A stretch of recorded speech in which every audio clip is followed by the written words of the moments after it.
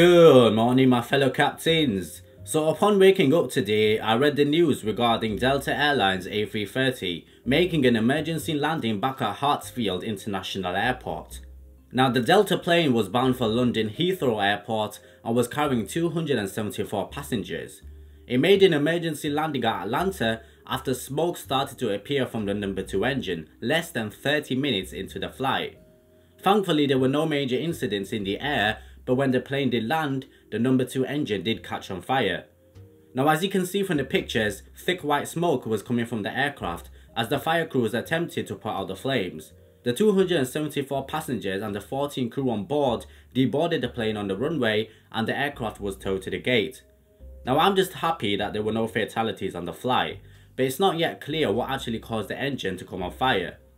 The flight landed without incident and the airport response vehicles did an amazing job of handling the situation. The airplane was then towed to the gate where customers boarded another plane. Now this news comes one day after a lady on a Southwest Airlines flight was killed due to an engine explosion. Now I don't know what the hell is actually going on with all these engine failures, but I hope things will return to normal and there are no casualties. Now when more news develops, I'll get back to you guys. And if you have anything further to add, then share it with us in the comments below, captains, and I'll get back to you very soon.